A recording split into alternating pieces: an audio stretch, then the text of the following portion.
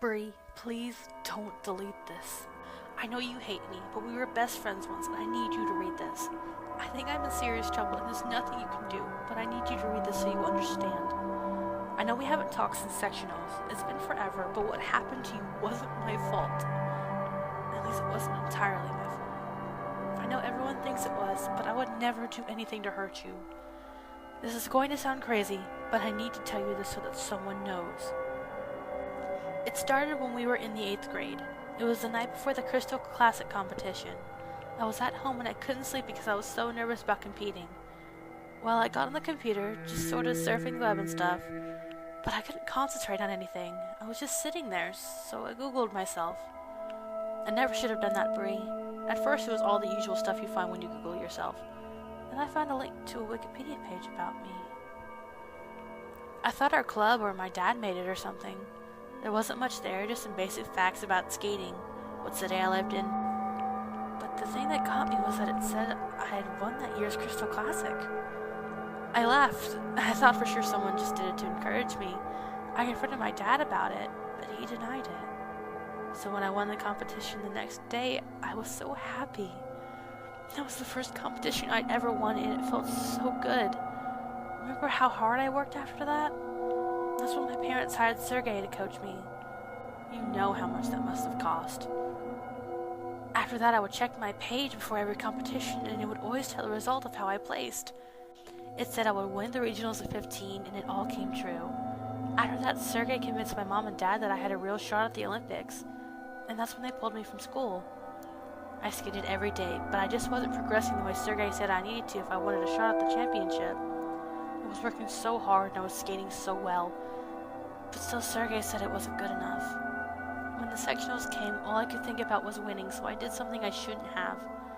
Everyone was saying that you were the favorite, and I felt like I had already lost the competition. So I made a Wikipedia account and tried to update my page to say that I was the winner. The thing is that after I tried to update the page, I checked it and all it said was, Annora Petrova is a selfish little bitch who is going to get what she deserves. I broke down. That's why I looked so awful the next day. I was in a daze. I remember watching your routine and seeing your blade snap, and the next thing I know, I was on the ground. My face was covered in blood from where the tip flew off and sliced my forehead. Then they told me it was my fault because I had your skates in my position earlier. Bree, I honestly didn't do anything to your skates. I wanted to win, but I wouldn't do anything to hurt you. When they told me I was banned from any further competitions, everyone said that I got what I deserved. Nobody even asked for my side of the story. I guess you heard that Sergey dropped me after that. He said I ruined him. No one would talk to me. Do you know what it's like to be ostracized by everyone?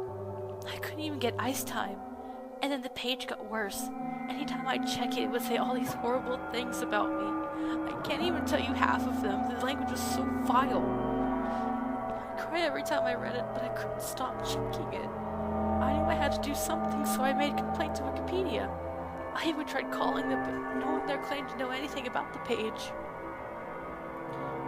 I was home alone that Friday night, and I decided to check it to see if it had been taken down. The page was still there, only this time it said, Annora Petrova is a pathetic little orphan. I freaked.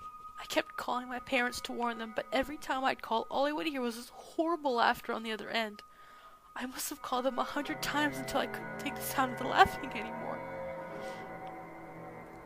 After the accident, the police gave me their phones, and there wasn't any record of my calls that night. I was so devastated. Before that, I was so busy training all day and doing homeschool, I never realized just how alone I had been the whole time. I know you tried to reach out, but I was so depressed and angry I just shut everything out. Once I turned 18 and got the settlement money from the court, I came to Switzerland. I got to reinvent myself. My skating really took off. It hasn't been a year and I feel like everything that happened was so long ago. That's why I shouldn't have done it, Bree. I'm writing you now from an old hotel outside of Prague. I'm auditioning for the ice circus tomorrow. I know it's the kind of thing we used to make fun of, but I really want this. was feeling really nervous, and out of an old habit I checked the page.